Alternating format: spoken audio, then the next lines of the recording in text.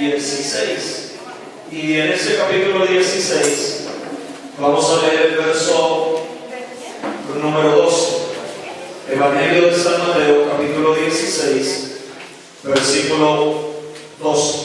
¿Lo tienen, hermanos? Amén. Vamos a darle lectura con la bendición del Padre, del Hijo y de la bendita palabra del Señor. Entonces entendieron que no les había dicho que se guardasen de la levadura del pan, sino de la doctrina de los fariseos y de los saduceos. Te ruego que nos hables y que nos bendigas en esta preciosa noche. Señor, que tu palabra corra y sea glorificada, y nuestras vidas sean bendecidas a través de tu palabra. En Cristo nuestro Señor. Amén y amén. Por favor, tomen su lugar, amados.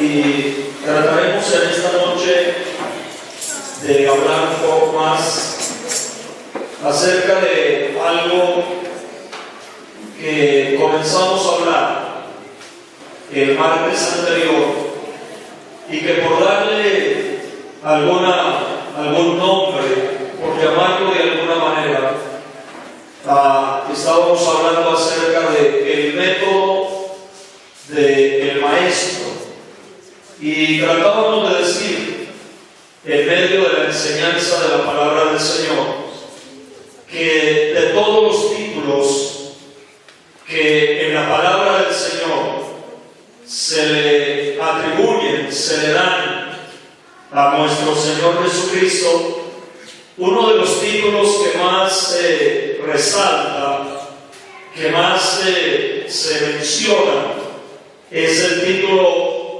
de maestro. Y veíamos a través de la palabra del Señor que de todos los maestros que ha habido sobre la tierra, pues ninguno ha superado al Maestro de Maestros, al Señor Jesucristo.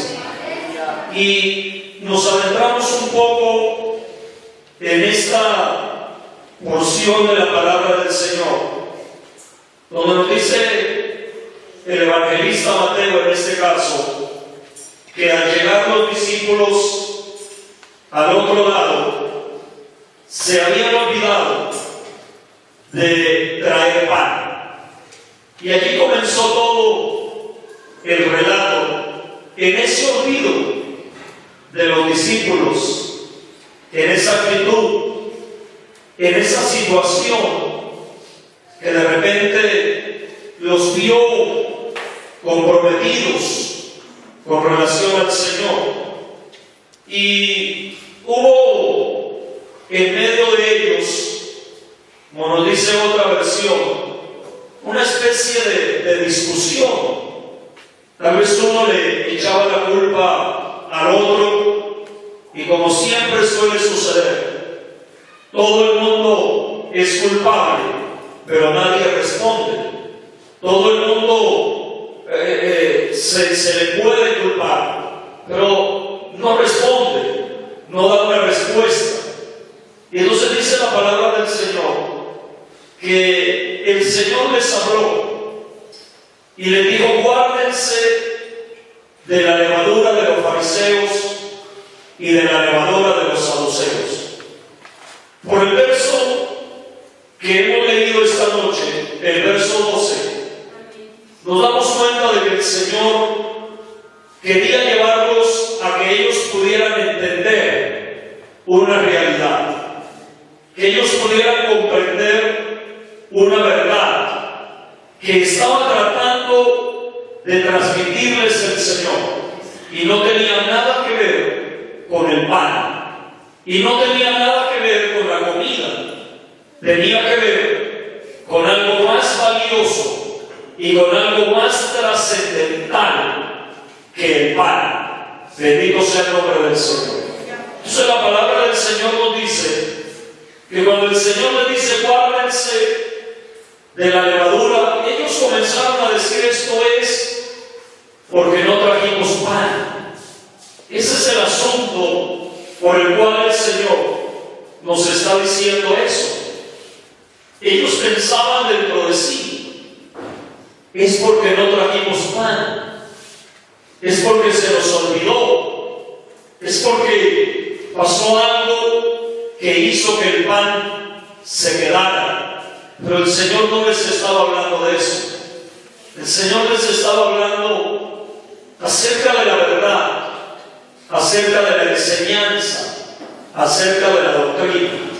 Porque la doctrina no es otra cosa que un conjunto de enseñanzas que establecen el fundamento de una verdad, el fundamento de algo que se quiere fundamentar.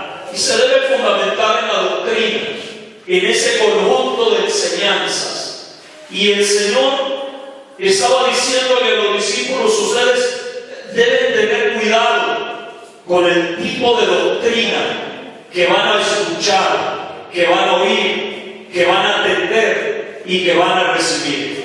Nosotros, la iglesia, debemos entender que hay una verdad de parte de nuestro Dios para toda la raza humana. ¿Cuántos dicen amén a eso? Una verdad. Pero esa verdad, alabado sea el nombre del Señor, no es una declaración, no es una filosofía. Esa verdad es una persona, y esa persona se llama Jesús de Nazaret. Él dice: yo soy el camino. San Juan capítulo 14 versículo 6. Jesús les dijo: yo soy el camino, la verdad y la vida. Nadie viene al Padre si no es por mí. Y cuando le preguntaron al Señor qué es la verdad, Él no respondió, porque Él es la verdad. Si hay personas que dicen: por la verdad murió Cristo, por la verdad murió el Señor. Y eso no es cierto. Él no murió por la verdad, Él es la verdad.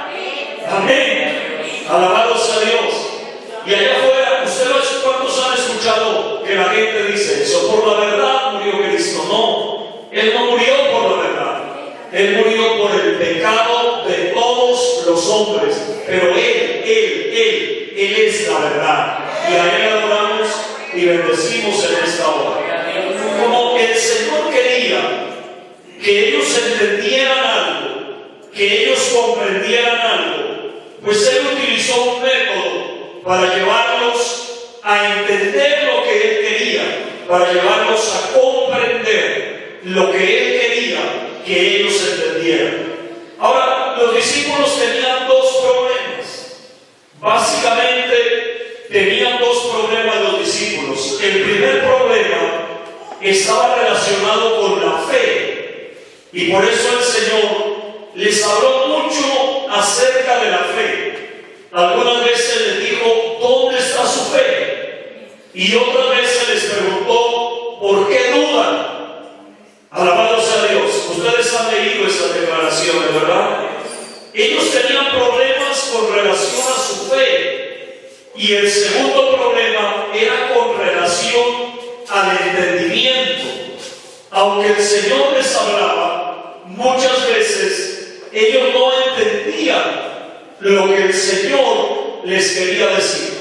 Ahora, ningún cristiano puede crecer y puede avanzar en su vida espiritual si no tiene fe y si no es capaz de entender. ¿Dicen amén a eso?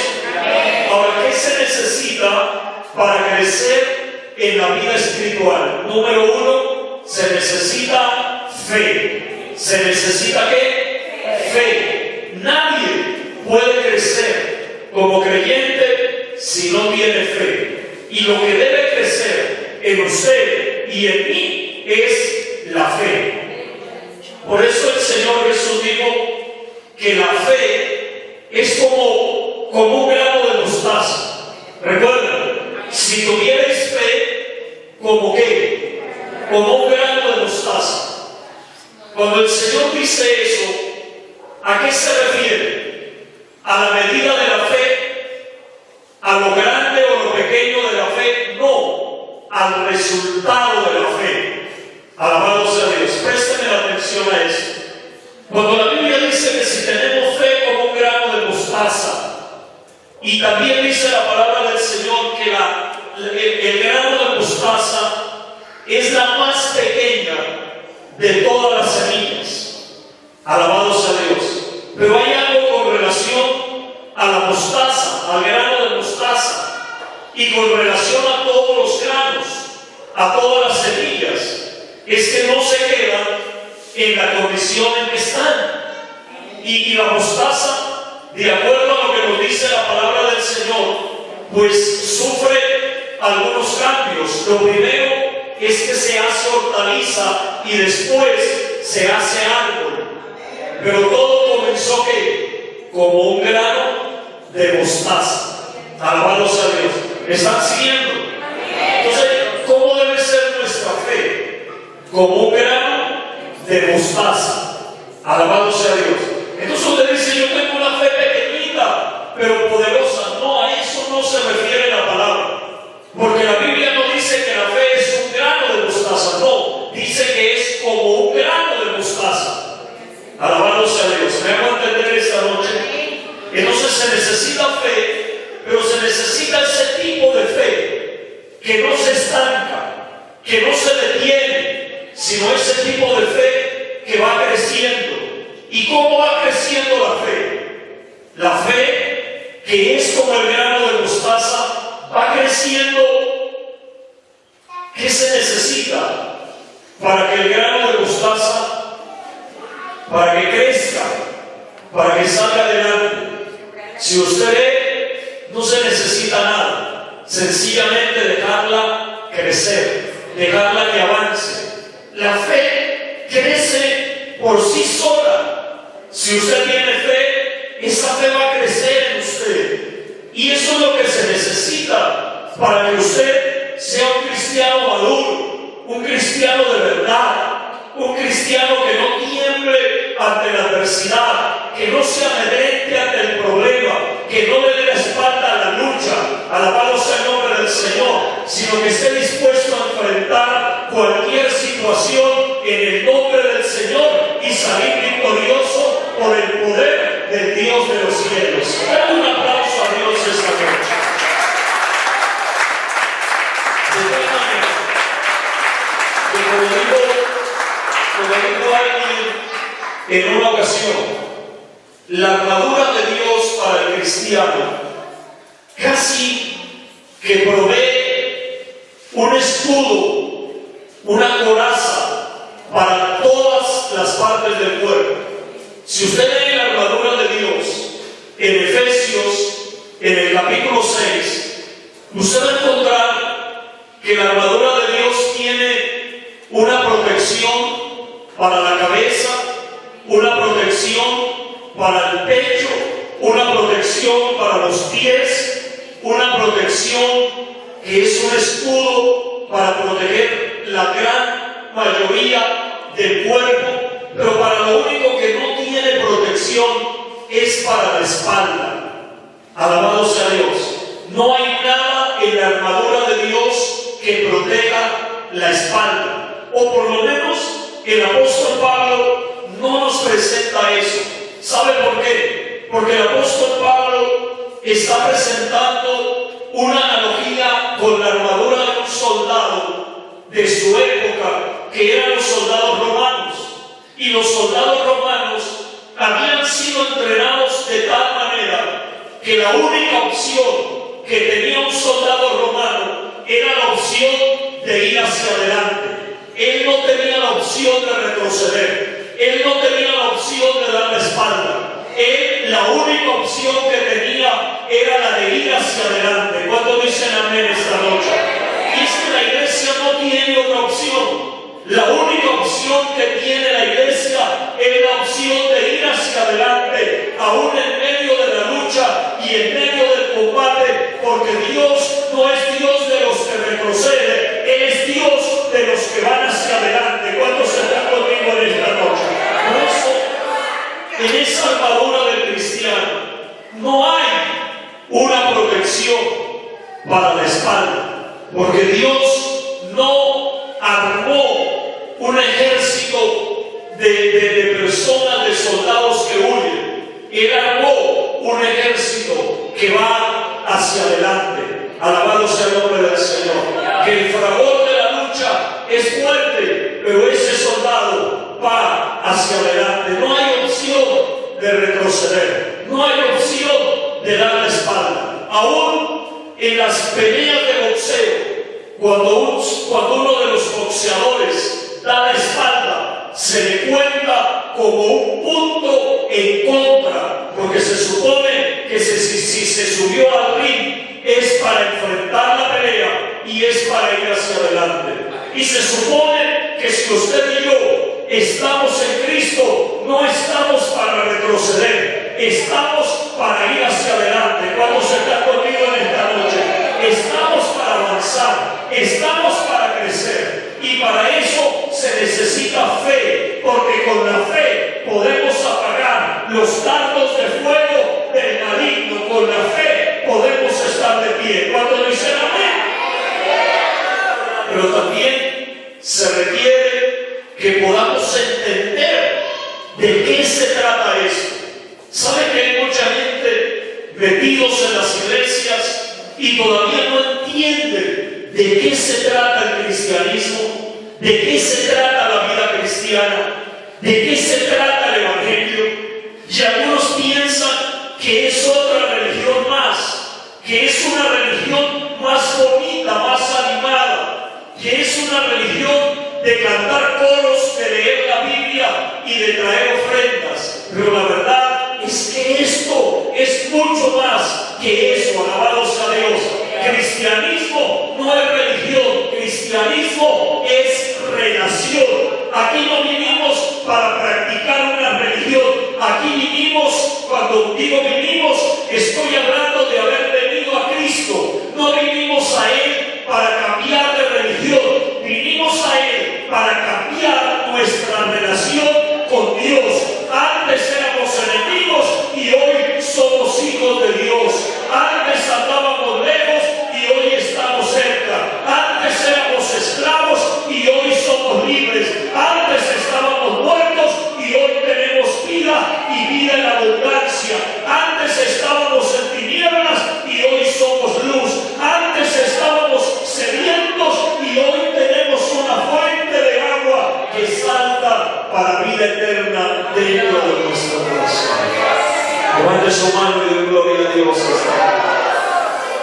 Entonces hay gente que no entiende. Los discípulos estaban con el mejor maestro y aún así muchas cosas no las entendían. El Señor les contó la parábola del sembrador y les dijo: el sembrador salió a sembrar, y mientras sembraba, una parte de la semilla cayó aquí, otra por allá y otra por allá. Y luego los discípulos le dijeron: ¿y qué quiere decir con eso? Alabado sea el nombre del Señor. ¿De qué se trata el asunto? Y entonces el Señor le dijo: ustedes también están sin entendimiento. Si no pueden entender esta parábola, ¿cómo entenderán todas las parábolas? Y óigame bien, cuando la iglesia no es capaz de entender, entonces la iglesia puede ser llevada al engaño y puede ser llevada a la mentira y a la falsedad. Pero cuando la iglesia puede entender y puede comprender, entonces la iglesia entiende que esto no se trata de los hombres, que esto se trata de Dios, que esto se trata de mi relación con Dios. Como dice el apóstol Pablo: por amor del cual lo he perdido todo y lo tengo por basura para ganar a Cristo. Yo he entendido, dice el apóstol Pablo, que para mí el vivir es Cristo y el morir es ganancia. Bendito sea Dios. Cuando la iglesia no entiende, y mire, como los discípulos no entendían, entonces surgieron en medio de ellos muchas situaciones. Una de las situaciones que surgió en medio de ellos por no entender es que comenzaron a pensar: bueno, y al fin de cuentas, entre todos nosotros, ¿cuál será el más grande? ¿Cuál será el más importante? ¿Cuál de nosotros será aquí el chacho? ¿Cuál será la última Coca-Cola del desierto? Y entonces el Señor hizo algo que nadie esperaba. Tomó a un niño y lo colocó en medio de ellos y le dijo: el que se haga como este niño, ese es el más grande. Alabado sea Dios. ¿Cuántos decimos amén esta noche? Ahora, esto es fácil decirlo, pero la pregunta es: ¿somos capaces de entenderlo? ¿Somos capaces de entender que en el reino de Dios uno no crece hacia arriba, en el reino de Dios uno crece hacia abajo? Alabado sea Cristo. En el reino de Dios uno no crece cuando reclama, uno crece cuando se humilla, uno crece cuando reconoce la gloria y la soberanía de Dios. Dale ese aplauso a Dios si lo pueden hacer. El problema de muchos, el problema de miles, el problema de millones de creyentes es que no han podido entender, no han podido comprender de qué se trata el asunto. Para muchos, porque ¿cuál era la doctrina de los fariseos?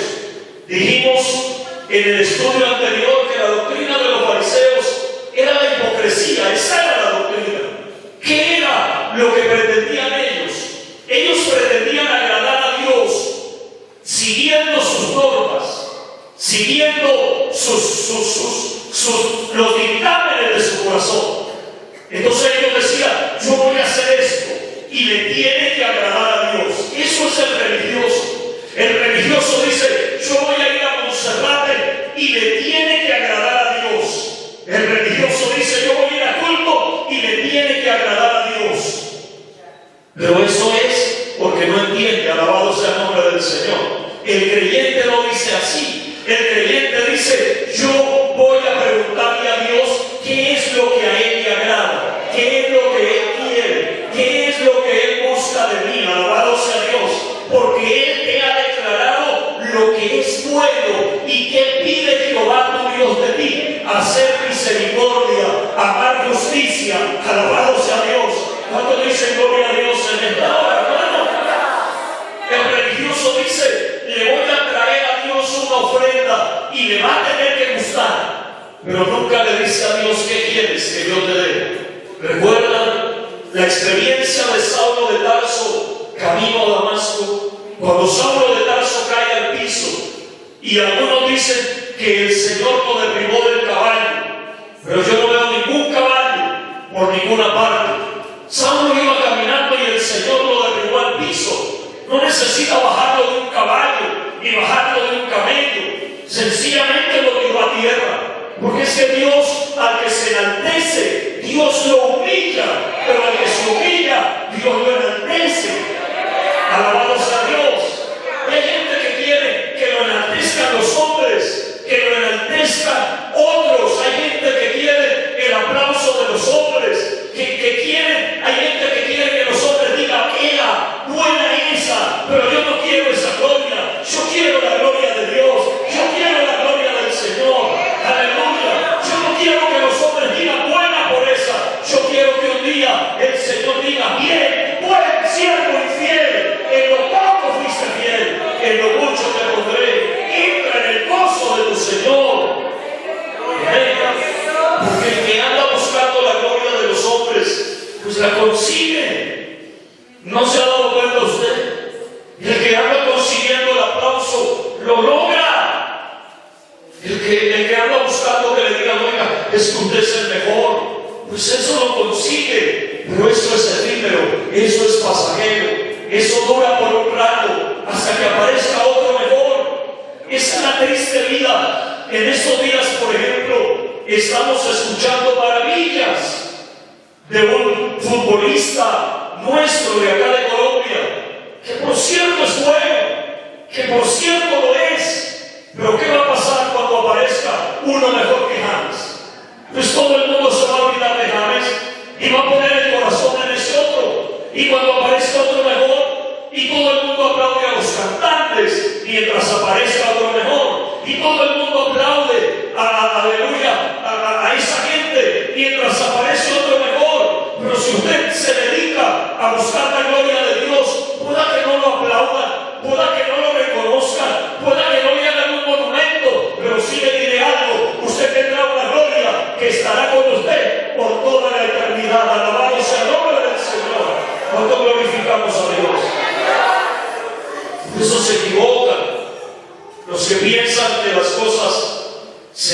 para los hombres, que las cosas se hacen. Aleluya, no estoy hablando que usted no debe preocuparse por agradar a su hermano, porque la Biblia dice eso. Pero detrás de todo eso, nuestro anhelo y nuestro gozo debe ser la gloria de Dios. Entonces, mi hermano, ellos no pudieron entender, les costó, les fue difícil. Y por no entender y por no comprender, es que cometieron muchísimos errores. Por no entender las cosas, es que los hijos de Zebedeo dijeron: Señor, fuimos a predicar a esa ciudad y no nos recibieron. ¿Quieres que pidamos fuego del cielo y que los consuma como hizo Elías? Y el Señor les dijo: ustedes no saben de qué espíritu son, porque el Hijo del Hombre no vino a perder los hombres, sino a que sean salvos por él. Alabados a Dios. Esos días escuché de un líder cristiano, un líder de muchos años, que le pidieron, hicieron una oración, y su oración fue para que Dios destruyese a alguien, y en su oración decía que Dios lo acose, que Dios lo mate, que le corte las manos, bueno, todo tipo de improperios y maldiciones. Tal vez ese líder no ha entendido que Dios no nos ha puesto para que la gente se pierda, sino para orar, que Dios tenga misericordia de las vidas. Y algunos se creen grandes orando de esa manera. Yo creo que la grandeza de un hombre está en su capacidad de amar, en su capacidad de tener misericordia y reconocer que otros necesitan la ayuda de Dios. Alabados a Dios. Su nombre es gloria. ¿Usted entiende de qué se trata esto? ¿Cuántos entienden de qué se trata ser cristiano? Alabados a Dios. ¿Usted lo entiende de verdad? ¿Se ha puesto a pensar un día: oiga, ¿para qué soy evangélico? Porque mire que ser evangélico tiene muchos problemas.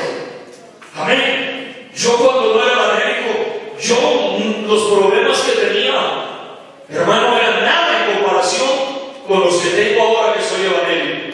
Porque ahora que soy evangélico, a nadie le importan mis victorias. ¿Sabe usted que a nadie le importa si predico un buen mensaje o no? A nadie le importa si Dios sana enfermos aquí, si Dios salva las almas, a nadie le importa. ¿Sabe qué les importa? Que yo me equivoque. Y entonces el día que yo me equivoque, eso lo señala todo el mundo. Eso todo el mundo se entera. Eso lo relatan por toda Colombia. Amén. Por ahí andan diciendo por todas partes cosas y cosas feas. Pero no se les ha ocurrido decir que por 30 años he predicado el Evangelio casi todos los días, hermano, y que ha habido días, ocasiones en las que he predicado no un mensaje, sino hasta 5 mensajes en un solo día. A nadie anda por ahí diciendo, aleluya, de las almas que se han ganado, de los pecadores que Dios ha transformado, de la gente que Dios ha sanado. Es más, a veces ni siquiera ustedes lo saben. Amén. A veces ustedes ni siquiera saben que Dios ha sanado gente a través del ministerio que Dios nos entregó, que Dios ha rescatado gente que estaba camino a la muerte, al suicidio, como sucedió en Arauca. Mientras estaba predicando un domingo, cuando terminé de predicar, un muchacho me llamó allá en la parte de atrás, un soldado, y me dijo: pastor, hoy pedí permiso únicamente para salir del batallón y quitarme la vida, porque ya no aguanto. Y me dice: iba camino al lugar donde me iba a suicidar, pero allá a la distancia escuché su voz, y él dijo: esa voz yo la conozco. Y eso me inquietó y comenzó a acercarse, porque escuchaba el mensaje, y él decía: esa voz yo la conozco, yo la he oído. Y entonces se vino y se metió a la iglesia. Y cuando terminé de predicar, hice la invitación, y él vino al altar y se reconcilió con Dios. Alabado sea el nombre del Señor. Él había pertenecido a una iglesia donde yo había ido a predicar, y ese día se reconcilió con Dios y lloró y le pidió perdón a Dios. Y entonces le dijo: yo me iba a suicidar, pero al escuchar su voz yo entendí que había una esperanza, y vine a la iglesia, y ahora me voy para el batallón para seguir viviendo, porque Dios ha tenido misericordia de mí. Pero eso no cuenta. Amén. Y es igual con usted. Usted hace todo bien, pero el día que se equivoca, como si fuera lo peor de su vida.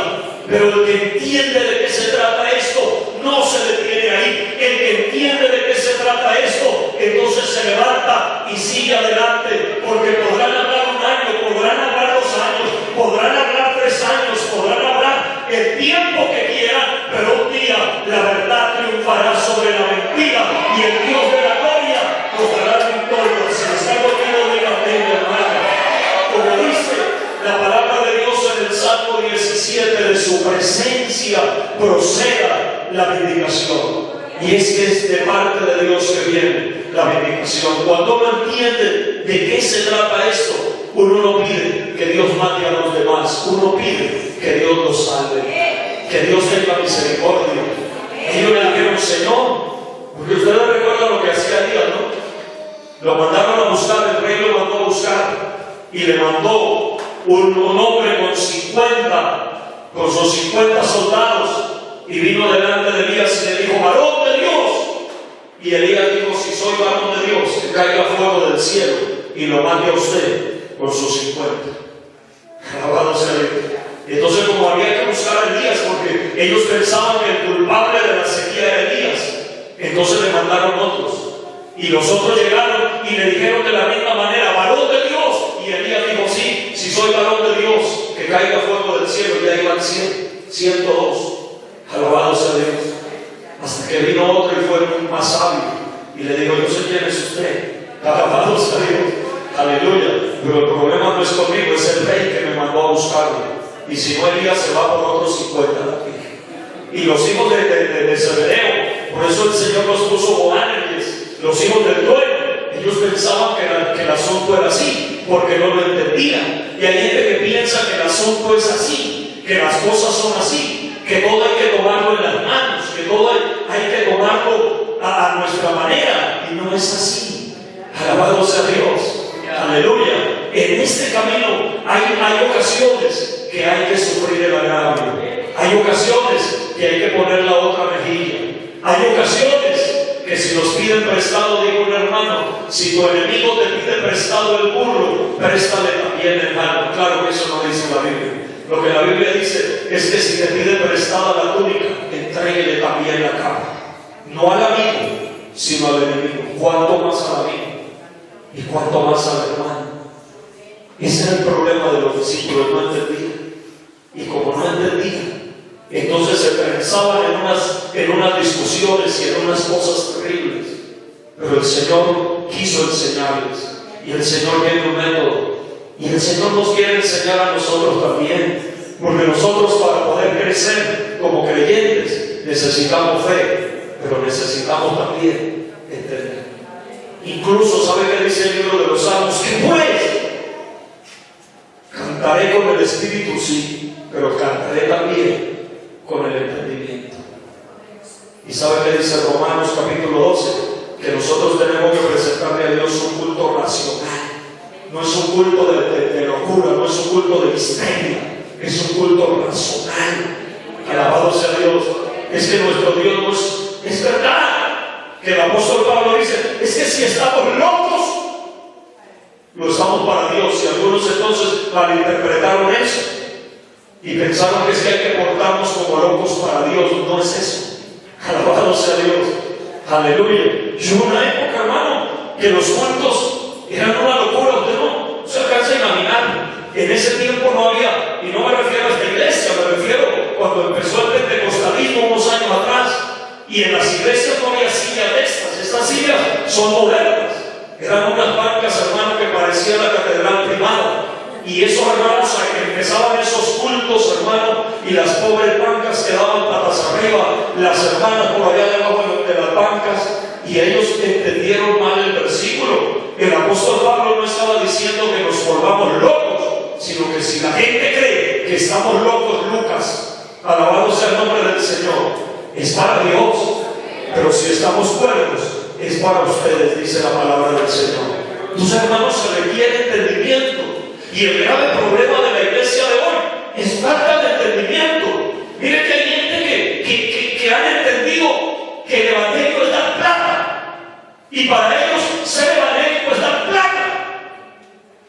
Y hay evangélicos que son felices dando En cambio, los de aquí son felices.